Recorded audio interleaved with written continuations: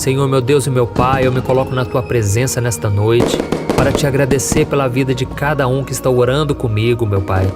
Oh Deus, muito obrigado por mais um dia na Tua presença. Como é bom, Senhor, podemos orar. Isso é um privilégio que Jesus conquistou para nós ali na cruz.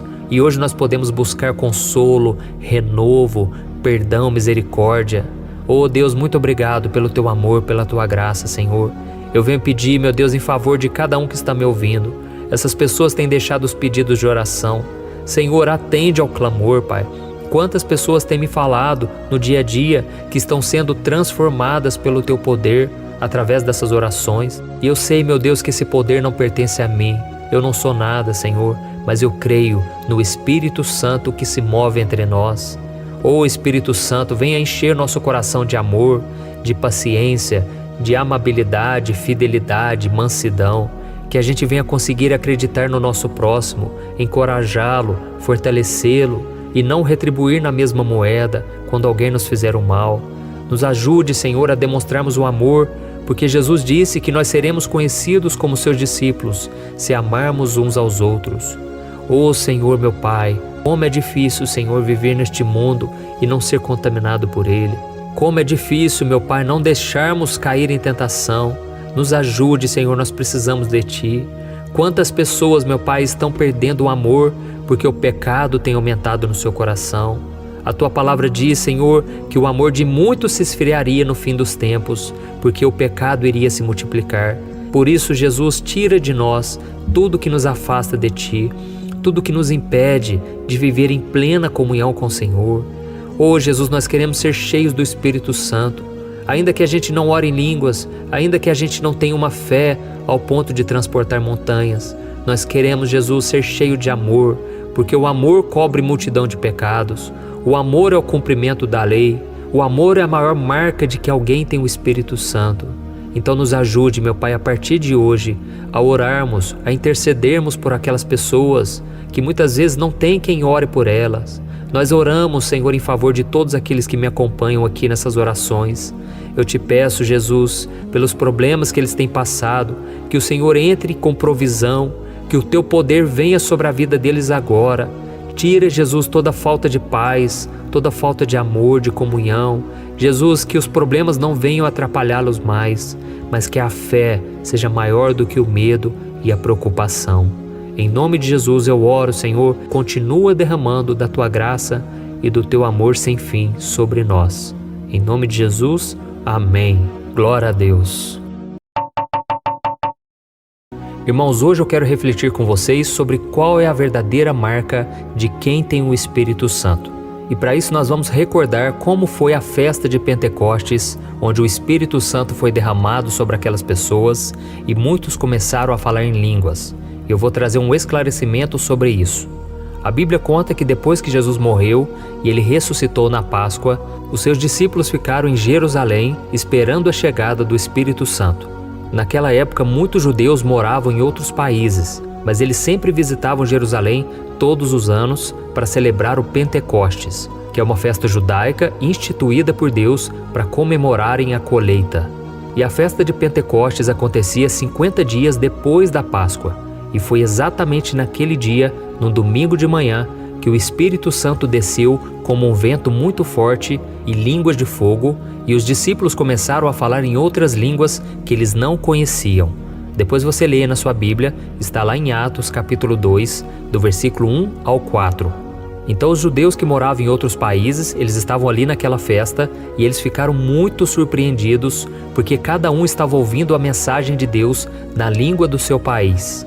E eles até comentavam entre eles: nossa, esses discípulos de Jesus, eles estão embriagados, porque como é que pode eles falar tantas coisas assim e eles nem têm conhecimento, muitos deles são analfabetos, como que pode isso? Então aquele foi um mover do Espírito Santo tremendo e ali começou a igreja de Jesus, porque Pedro naquele momento, ele levantou a voz, ele pregou o evangelho para toda aquela multidão e somente naquele dia mais de 3.000 pessoas se converteram. Então esse fenômeno sobrenatural não deixou dúvidas de que o Espírito Santo tinha descido à terra no coração dos homens, e é muito importante nós sabermos que aquele evento aconteceu somente uma vez. quando o Espírito Santo encheu aqueles homens de poder e eles começaram a pregar cada um em uma língua para que todos tivessem acesso ao Evangelho. Então, quando nós falamos que uma pessoa precisa ser batizada no Espírito Santo, na verdade não é esse batismo que aconteceu em Pentecostes. Mas depois que eles começaram a evangelizar e os apóstolos então colocavam as mãos sobre as pessoas, aquelas pessoas recebiam o Espírito Santo e aí elas começavam a falar em línguas estranhas, línguas que o Espírito Santo ia gerando na vida delas. E até hoje esse dom de oração em línguas, ele existe, ele acontece. Eu mesmo oro em línguas muitas vezes e isso edifica bastante. A Bíblia diz que aquele que fala em línguas, ele fala a Deus e não a homens. E ele fala em mistérios, a gente não consegue entender. Então, se você ainda não tem esse dom de línguas, você pode pedir, você deve buscar ao Senhor que te batize, que te encha com a presença dEle. E isso vai te ajudar muito na caminhada, é um dom para a sua edificação pessoal. Mas tem muita gente que acha que se a pessoa não fala em línguas, ela não tem o Espírito Santo. E esse é um engano muito grande. Eu sei que é um engano vindo do diabo, porque o diabo ele quer fazer com que as pessoas desacreditem que Deus está com elas. E isso então, irmãos, não é verdade. Tem muita gente que não tem o dom de línguas e não quer dizer que ela não tem o Espírito Santo. Deixa eu te explicar uma coisa. A Bíblia diz que quando nós entregamos nossa vida para Jesus, o Espírito Santo entra na nossa vida e ali nós já somos selados com o Espírito, ali nós já temos a presença do Senhor conosco todo o tempo, e isso já é suficiente para você ser salvo, para você morar no céu, entendeu? Então o fato da pessoa orar alto, a pessoa pular, sapatear, não quer dizer nada, tá bom? Tem muita gente que faz todas essas acrobacias e não tem uma vida diária com Deus, uma vida de obediência, uma vida de santidade. Então eu senti de trazer essa mensagem para você hoje, porque muitas pessoas têm um entendimento errado a respeito do Espírito Santo.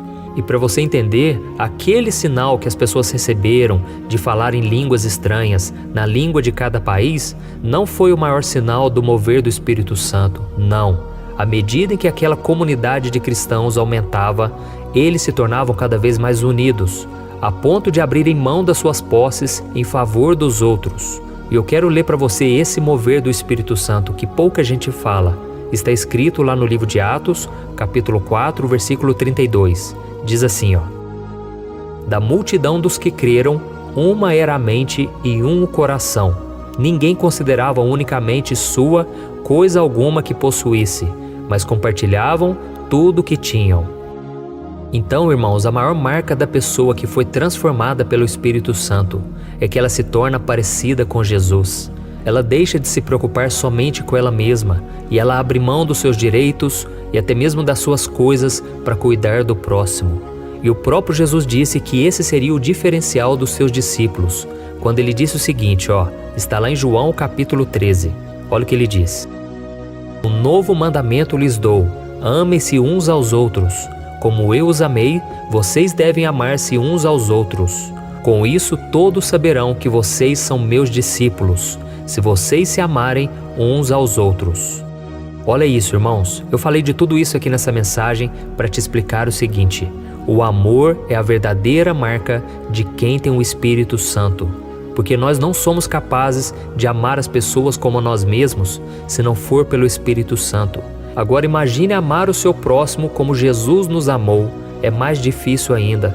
E por isso, quando um cristão se desapega das coisas deste mundo, ele abre mão do seu status, do seu título, do seu cargo na igreja, do seu reconhecimento em favor do próximo, esse é um sinal claro de que o Espírito Santo está operando na vida dessa pessoa.